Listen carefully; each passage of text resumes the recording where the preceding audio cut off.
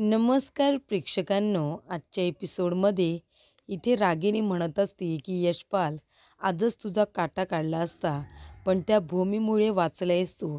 कळतंय ना? ती भूमी तिथे अगदी वेळेवरती आली आणि तिने तुझा जीव वाचवला. नाहीतर आज काही तुझं खरं नव्हतं. तुला खूप मोठा धक्का द्यायचा होता आणि तो मी दिला. पण आता जर भूमी तिथे आली नसती ना तुझा जीव वाचवायला, तर कदाचित माझ्यासमोर तू बोलायला सुद्धा उभा राहिला नसतास, कळलं ना? पण आता तिला माझ्यावरती संशय आला असेल, तिच्या संशयाचा भोंगा माझ्याकडेच आला असेल, पण त्याचा काही उपयोग होणार नाही आहे. कारण का, मी सगळे पुरावे नष्ट करून टाकलेत. कुणाला कळणारच नाही की तुला नेमका इथे करंट कसा लागला ते. कारण तिने इथे आता जे मेन लाईन असतात तेच तिने कट करून टाकलेले असतात आणि ती सरळ आता तिथून ते बोर्ड घेऊन गेलेले असते आणि कनेक्शन तिथेच फेकलेले असतात. मग आता तिथे जर बोर्डच नाही आहे, तर यशपालला इथे करंट लागला कसा, असा संशय मात्र आता इकडे निर्माण झालेला असतो की कुठे लागला करंट. मग आता हे सगळं रागिनीने केले असा एकसुद्धा पुरावा उरत नाही. ज्या वेळेला भूमी सगळ्यांना ओरडते, तिथे आकाश, मानसी, अथर्व सगळेजण येतात. तेव्हा रागिनी म्हणत असते, ही भूमी पण ना, आता हा मेला असला तर बरं होईल, पण जर वाचला तर मात्र माझ्यावरती कुणालाही संशय येता कामा नये. आणि म्हणूनच ती तिथून आता जो काही ते कनेक्शन असतं, बोर्ड असतं, ते आपल्या बरोबरच घेऊन गेलेले असते. तेव्हा इकडे आता रागिनी म्हणत असते, बघितलंस ना मी काय करू शकते ते, बघितलंस ना तू? जे लोक मला त्रास देण्याचा प्रयत्न करतात ना, माझ्या रस्त्याच्या आड येण्याचा प्रयत्न करतात, त्यांना असाच मी धडा शिकवत असते. आता तुझीसुद्धा तशीच वाट लावली असती रे. तेव्हा यशपाल म्हणत असतो, ए रागिने. तेव्हा रागिनी म्हणते, एकेरी एकेरी बोलतोयस मला? आणि हे बघ, अजून ते हात जन्माला आले नाहीत जे रागिनीच्या गळ्यापर्यंत जाऊन पोचतील, कळलं ना तुला? रागिनीच्या गळ्यापर्यंत पोचण्याची अजून कुणाची हिंमत झालेली नाही आहे. तू सुद्धा करू नकोस. अरे आत्ताच तुला डेमो दिला ना की मी काय करू शकते. जर ती भूमी 5 मिनटं आली नसती ना, तर तुझा जीव गेला असता. तू आता ढगात असतास. या गोष्टीचा थोडा विचार कर. तेव्हा इकडे भूमी म्हणत असते, आकाश, पण यशपाल काकांबरोबर जे काही घडलं ना, तो अपघात नाही आहे, तो घातपात आहे. कुणीतरी नक्कीच त्यांना मारण्याचा प्रयत्न केला आहे. तेव्हा आकाश म्हणतो, पण भूमी, आपल्या इथे कोण ना यशपाल काकांना मारण्याचा प्रयत्न करेल? तेव्हा भूमी म्हणते, आकाश, तुला माहिती आहे, यशपाल काका काल तुला म्हणत होते की त्यांना आत्याचं सिक्रेट माहिती आहे. तेव्हा मला असं वाटतंय की आत्याने तर त्यांना मारण्याचा प्रयत्न नसेल केला ना. तेव्हा इकडे आकाश म्हणत असतो की भूमी, म्हणजे आता तू या गोष्टीचा संबंध आत्याशी जोडणार आहेस का? हे बघ, आपल्याकडे काही पुरावा नाही आहे आणि हे सगळं आत्या का करेल? तेव्हा अथर्व म्हणत असतो की मला माहिती आहे भूमीताई, आत्तापर्यंत आई काही नीट वागलेली नाही आहे. पण मी खरंच सांगतो अगं तुला, दादा गेल्यापासून आहे ना, आई खूप बदलली आहे. तिच्या वागण्यात खरंच खूप बदल आला आहे. मला असं वाटतंय आईने असं काही केलेलं नाही आहे.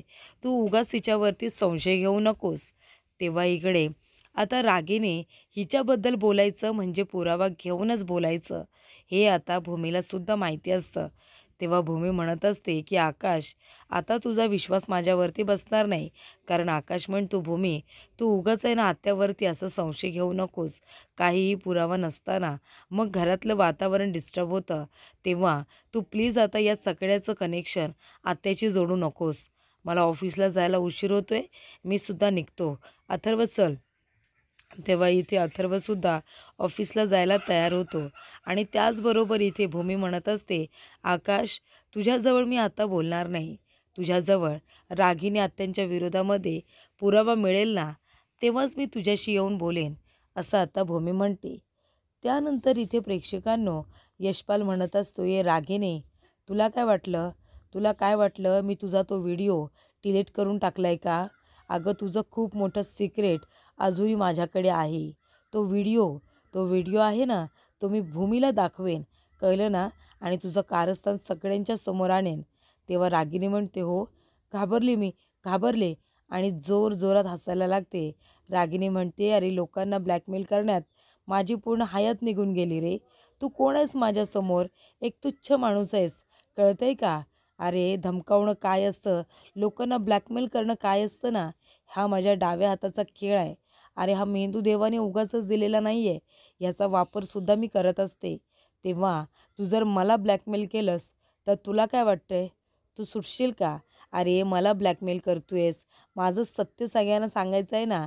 एकदा का तू माझं सिक्रेट सगळ्यांना सांगितलंस की मग तू वाचणार आहेस का? अरे तुझं सिक्रेटसुद्धा सगळ्यांना कळेल ना. मग आता मला अडकवायला गेलास तर तू स्वतः अडकणार नाहीस का? सांग बरं तू मला. तू मला एक्सपोज कर आणि आपोआप तू सुद्धा एक्सपोज होशील. माझ्याबरोबर तू सुद्धा जेलात. तेव्हा इकडे यशपाल काका म्हणतात की रागिने, तुला काय वाटलं गं? तुझ्यासारख्या बाईबरोबर जेव्हा मी डील करायला आलो तेव्हा मी काही विचाराचार केला नसेल, खरंच असं वाटतं का तुला? तेव्हा इथे प्रेक्षकांनो, यशपाल म्हणत असतो की ते मला चालणार आहे. तुला एक्सपोज केल्यानंतर माझंसुद्धा कारस्थान बाहेर येईल ना. मी किती मी किती जाणार जेलमध्ये? 3 वर्षासाठी. पण तू जन्मठेपेसाठी जाशील. कारण रागिनी म्हणालेली असते, अरे गुन्हेगाराला मदत करणारासुद्धा गुन्हेगारच. तू माझं नाव घेतलंस ना तरीसुद्धा गुन्हा तू लपवलायस. तू सुद्धा जाशील ना भारतच्या भावात. तेव्हा इकडे आता रागिनी हे सगळे यशपालला मुद्दामून बोलत असते. पण तिला काय, यशपालला घाबरवायचं असतं. पण यशपाल कुठे घाबरतोय. यशपाल म्हणतो ठीक आहे, मी जाईन ना 3 वर्षासाठी, पण तू जाशील जन्मठेपेसाठी. मी सांगेन पोलिसांना जे काही सांगायचं आहे ते, आणि तुझ्या घरातल्या सर्व लोकांना सुद्धा सांगेन. तेव्हा इकडे रागिनी म्हणते, चल चल गप्प बस, चल आला मोठा शाणा. तेव्हा इथे यशपाल म्हणतो, नाही नाही, तू कारस्थानी बाई आहेस, तू मला त्रास देण्याचा मारण्याचा प्रयत्न करशील, मला माहिती आहे. कारण इथे पहिल्यांदा कोणतरी तुला नडायला आले ना. हे बघ, रागेने सव्वा सव्वा शेर मिळतो, त्याच्यामुळे मला तू आता सव्वा शेर समज. आणि आता मी काय सांगतोय ना ते कान उघडे ठेवून ऐक. हे बघ, मला पण हे सगळं संपवायचं आहे, मला इथे थांबायचं नाही आहे. तू मला एक माफी 1 करोड रुपये दे, ते मी घेतो आणि इथून निघून जातो. तेव्हा रागिनी म्हणते, चल चल, माझ्याकडे एवढे पैसे नाही आहेत. तेव्हा यशपाल म्हणत असतो, अगं तूच तर म्हणतेस ना या रागिनीसाठी कुठलीही गोष्ट अशक्य नाही म्हणून. तूच म्हणत असतेस ना, मग आता चल शक्य करून दाखव. मला 1 करोड रुपये हवेत, ते तू मला दिलेस ना, मी इथून निघून जाईन. मग मी कुणाला काही सांगणारसुद्धा नाही आणि माझा मोबाईल घेऊन माझ्याकडे जे तुझं सिक्रेट आहे तो पुरावा घेऊन इथून निघून जाईन. पण मला तू 1 करोड रुपये द्यायचे. त्यानंतर प्रेक्षकांनो भूमी येते, आकाशला विचारते, आकाश तू ऑफिसला जायला तयार झालास का? मी तुझा डबा रेडी करून ठेवला आहे, खाली डायनिंग टेबलवरती आहे. आणि तू पारितोषला फोन केलास का? अमोलीबद्दल आणि बाळाबद्दल काही माहिती मिळाली का? बाळ कसं आहे? तेव्हा इकडे आकाश म्हणतो, नाही ना, बाळाची काही माहितीच मिळालेली नाही आहे. त्या पारितोषबरोबर काही बोलणंच होत नाही आहे ना, आणि ती अमोली कुठे नीट बोलत असते.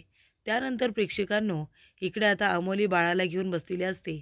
तेव्हा तिथे काम करणाऱ्या काकू म्हणत असतात की मॅडम खरं सांगा ना, बाळ कसं आहे आता?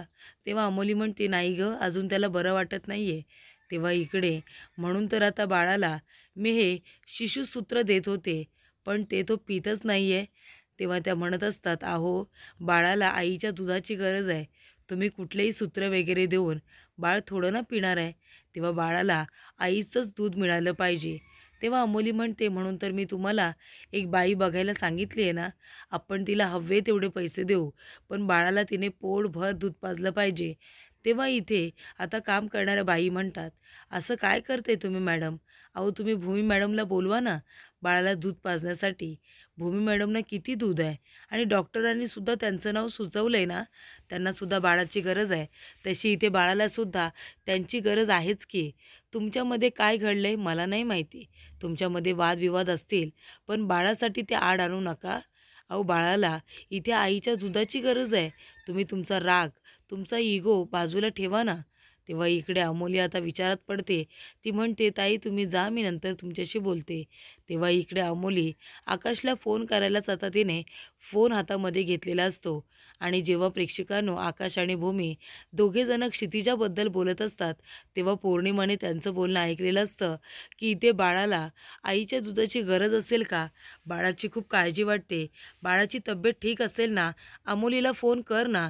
या सगळ्याच गोष्टी आता पौर्णिमाने ऐकलेल्या असतात. तेव्हा पौर्णिमा म्हणते की आता इकडे अमोलीला आकाशचा फोन येईल. तेव्हा इथे अमोलीने आकाशला काहीही सांगता कामा नये. त्यानंतर इकडे आता फोन केलेला असतो कुणी, तर पौर्णिमाने. ते म्हणते अमोली कशी आहे का आता क्षितिजा. तेव्हा तिला फारसं बरं वाटत नाही आहे असं ती म्हणत असते. अगं मी फोनच घेतला आहे आकाशला करायला, कारण भूमीची बाळाला गरज आहे ना आता. तेव्हा भूमीला येऊ दे बाळाला दूध पाजायला, म्हणूनच मी फोन करत होते आकाशला, तर तुझा फोन आला. बरं मी काय म्हणते पौर्णिमा, तू फोन ठेवतेस का आता. तू फोन ठेवलास तर मी आकाशला फोन करेन आणि भूमीला बोलावून घेईन. तेव्हा पौर्णिमा म्हणते अगं बरं झालं मी फोन केला, तुला माहिती आहे की महत्त्वाची बातमी द्यायला मी फोन केला आहे तुला. अगं त्या भूमीच्या बोलण्यावरती विश्वास ठेवू नको, त्या डॉक्टरच्या बोलण्यावरती सुद्धा विश्वास ठेवू नको. मी आत्ताच भूमी आणि डॉक्टरचं बोलणं ऐकलं. अगं डॉक्टरांना सुद्धा भूमीने मॅनेज केले, कळते का तुला. तिने डॉक्टरांना सांगितलं आहे की अमोलीला असं घाबरवा म्हणून, बाळाची तब्येत ठीक नाही आहे, बाळाला आईच्या दुधाची गरज आहे असं तुम्ही त्या अमोलीला सांगा, म्हणजे मला क्षितिजाला भेटता येईल, तिला दूध पाजता येईल. असं हे सगळं भूमीने सांगितले. भूमीने त्याच्याबरोबर हात मिळवणी केली आहे असं पौर्णिमा म्हणते आणि फोन ठेवून देते. तर इथे पौर्णिमाने फोन करून आता आग लावलेली असते. भूमीने कुठल्याच डॉक्टरांना मॅनेज केलेलं नसतं. उलट डॉक्टरांनीच तिला सांगितलेलं असतं की भूमी मॅडमला बोलावून घ्या. पण इथे आता अमोलीचे एकदा का पौर्णिमाने कान भरली की अमोलीला काय बरोबर काय चूक, काय खरं काय खोटं, काहीसुद्धा तिला कळत नाही.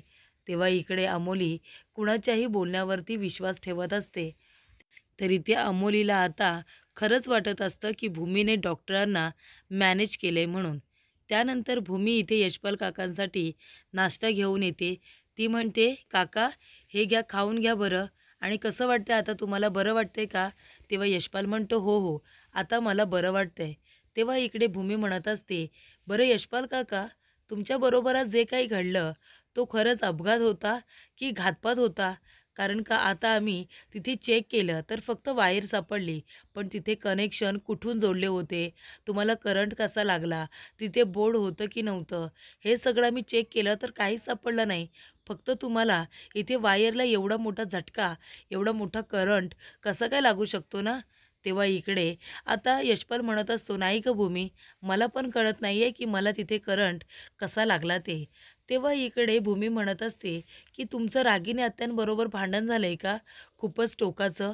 कारण मला माहिती आहे रागिनी आत्यांना जर कुणाला त्रास द्यायचा असेल, त्यांना जर कुणाचा काटा काढायचा असेल ना, तर त्या अशाच सगळ्यांच्या मागे पडतात. माझ्यासुद्धा मागावरती आहेत त्या. पण तुम्हाला का त्रास दिला, तुम्ही तर त्यांच्या गावचे आहात ना, की तुमचंही रागिनी आत्यांबरोबर असं काही आता भांडण झाले ज्याच्यामुळे आत्यांना असा टोकाचा निर्णय घ्यावा लागला. त्यांनीच केले ना हे सगळं. खरं सांगा, घाबरू नका, मी तुमच्याबरोबर आहे, केली तर तुम्हाला मदतच करेन. यशपाल काका मी तुमचा जीव वाचवला आहे आणि तुमच्याबरोबर जे काही घडलं असेल, तुम्हाला कुणी त्रास दिला असेल आणि तुम्हाला जरी मला सांगावंसं वाटलं तर मी केली तर तुमची मदतच करेन ना. हे बघा रागिनी आत्यांना घाबरू नका. मला माहिती आहे तुम्ही काही नाही झाले असं म्हणताय, पण तुम्हाला रागिनी आत्याने धमकी दिली ना, बरोबर की नाही, जीवे मारायची धमकी दिली असेल तुम्हाला.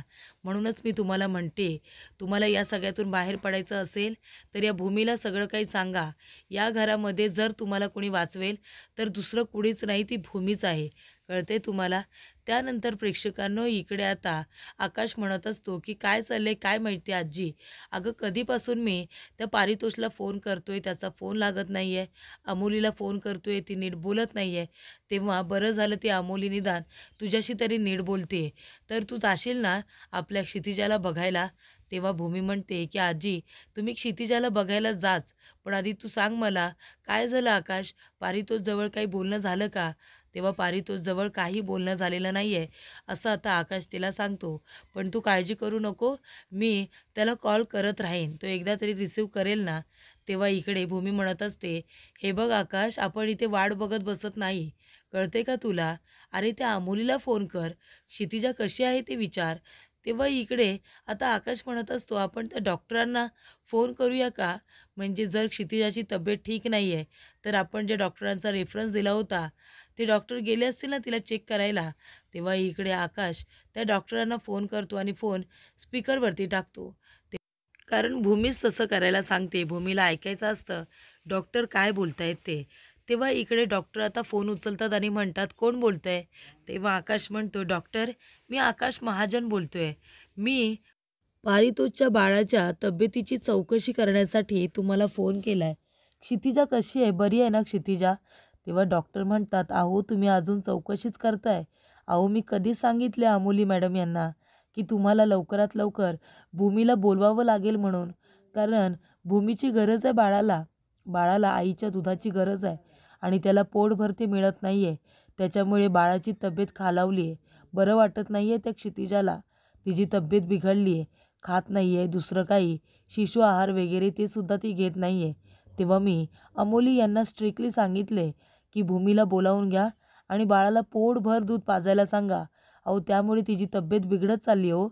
तेव्हा इकडे आता आकाश आणि भूमी दोघांनाही कळलेलं असतं की अमोली खोटं बोलली आहे आणि इथे डॉक्टरांनी स्वतःहून आता सगळं काही भूमीला सांगितलेलं असतं. तेव्हा इकडे भूमी आता आकाशकडे बघायला लागते. तेव्हा इकडे डॉक्टर म्हणत असतात की हे बघा, तुम्हीच आता जर तिथे गेलात ना इथे भूमीला घेऊन तर बरं होईल. कारण बाळाला दूध तरी पाजता येईल. बाळाची तब्येत दिवसेंदिवस खूपच जास्त बिघडत चालली आहे. त्याच्यामुळे आता तुम्ही इथे वेळ वाया घालवण्यापेक्षा बाळाजवळ गेलात आणि बाळाला दूध पाजलं तर जास्तीत जास्त बरं होईल असं आता इकडे आता डॉक्टर म्हणत असतात. तेव्हा डॉक्टरांनी सत्य काय आहे ते सांगितलेलं असतं. त्यामुळे इथे भूमीला कळलेलं असतं की बाळाची तब्येत बिघडले म्हणूनच मला बाळावरून स्वप्न पडतात. कारण तिला बाळाची काळजी वाटत असते. त्यानंतर प्रेक्षकांनो भूमी म्हणत असते, आकाश बघितलंस ना, अरे मी तुला म्हणत होते ना की बाळाची तब्येत बिघडली म्हणून. आणि इकडे ही अमोली ती बाळाला भेटूसुद्धा देत नाही आहे. बाळाबद्दल खरी माहितीसुद्धा देत नाही आहे. काय करायचं आहे आता आकाश? आपण इथेच असं बघत उभं राहायचं का? अरे चल ना, आपल्याला जायला हवं बाळाकडे. बाळाला दूध पाजायला हवं, चल. तेव्हा आकाश म्हणत असतो की भूमी 1 मिनिट थांब. हे बघ ती अमोली आपल्याला काही सांगत नाही आहे. बाळाची तब्येत ठीक नाही आहे. पण आपण तिथे नाही जाऊ शकत. आजी तू जा आणि जरा समजाव बरं त्या अमोलीला. तेव्हा आजी म्हणतात, बरं ठीक आहे मी समजावते. तेव्हा इकडे भूमी म्हणत असते, मग तोपर्यंत आपण शांत राहायचं का? बाळाला इथे आईच्या दुधाची गरज आहे. चला आजी मी पण येते. आपण दोघीजणी जाऊया. तेव्हा आकाश म्हणतो, नाही नको भूमी. ती कशी आहे अमोली तुला माहिती आहे ना. प्रत्येक वेळेला ती तुझा अपमान करत असते. तुला घालून पाडून बोलत असते आणि ते मला कधीच सहन होत नाही भूमी. तू अजिबात तिथे जाऊ नकोस. आजी जाते ना, आजीला जाऊ दे ना प्लीज. प्लीज तू नको जाऊस भूमी. तेव्हा भूमी म्हणते, आकाश अरे असं काय करतोयस? अरे मला जाऊ दे तिथे. बाळाला घेऊ दे, त्याला दूध पाजू दे. त्याची तब्येत ठीक नाही आहे ना. तेव्हा आकाश म्हणतो, भूमी ते सगळं मला कळतंय. पण हे बघ बाळाचे आईवडील अमोल आणि पारितोष आहेत. त्याच्यामुळे त्यांनासुद्धा काळजी असेल ना बाळाची. ते काहीतरी मॅनेज करतील. तेव्हा मी तुला म्हणतोय की आधी तिथे तू जाऊ नकोस. आधी सिच्युएशन काय ते बघायला हवं ना. नाहीतर ती अमोली प्रत्येक वेळेला तुला घालून पाडून बोलते, तुझा अपमान करते. ते मला सहन नाही होत. तेव्हा इकडे भूमी म्हणते, ते काही असू दे, पण मी येणार म्हणजे येणार. त्यानंतर प्रेक्षकांनो इथे आता आजीसुद्धा म्हणत असतात की भूमीला घेऊन जाऊया. मी अमोलीला समजावते. तेव्हा भूमी आता आई योगेश्वरी जवळ येते आणि दिव्यावरती आपला हात ठेवते. जळता दिवा असतो त्याच्यावरती हात ठेवते आणि म्हणते, आई योगेश्वरी अगं काय आहे? तू पण एक आई आहेस ना. मग एक आईला होणारा त्रास तुला दिसत नाही आहे का गं? तिथे क्षितिजाची फरफड होते. अमोलीला जरा तू इथे चांगली बुद्धी दे. अमोलीला जरा सद्बुद्धी दे. तिला कळू दे की इथे इगो बाजूला ठेवायला हवा. बाळाला आईच्या दुधाची गरज आहे. त्याच्यामुळे मला तिथे जाणं गरजेचं आहे. हे बघ देवी आई, काही झालं ना तरीसुद्धा आज तुला असा चमत्कार करावा लागेल की इथे क्षितिजाला आईचं दूध मिळेल. तिला पोटभर आईचं दूध मिळेल. आता असंच तुला काहीतरी करावं लागणार आहे असं भूमी म्हणते. तर पुढील भागामध्ये प्रेक्षकांनो भूमी, आकाश आणि आजी तिघेही एकत्र आलेले असतात. तेव्हा अमोली म्हणते, तुम्ही सगळेजण इथे का आलात? तेव्हा भूमी म्हणत असते, अमोली आपण नंतर बोलूया. आधी मी बाळाला पोटभर दूध पाजते, थांब. तेव्हा अमोली म्हणते, नाही नाही अजिबात नाही. तू माझ्या बाळाला हातसुद्धा लावायचा नाही आहे. तेव्हा इकडे भूमी म्हणते, अगं असं काय करतेस? तेव्हा अमोली इथे भूमीचा हात पकडते आणि तिला फरफडत बाहेर घेऊन जाते आणि धक्का देते. कारण अमोलीचे कान पौर्णिमाने भरलेले असतात.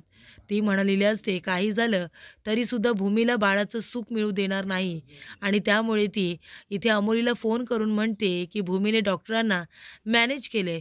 मग आता भूमीने डॉक्टरांना मॅनेज केलं असं म्हटल्यानंतर लगेचच अमोलीला राग येतो आणि भूमीला बघितल्या बघितल्या ती भूमीला आता घरातून बाहेर ढकलून देते.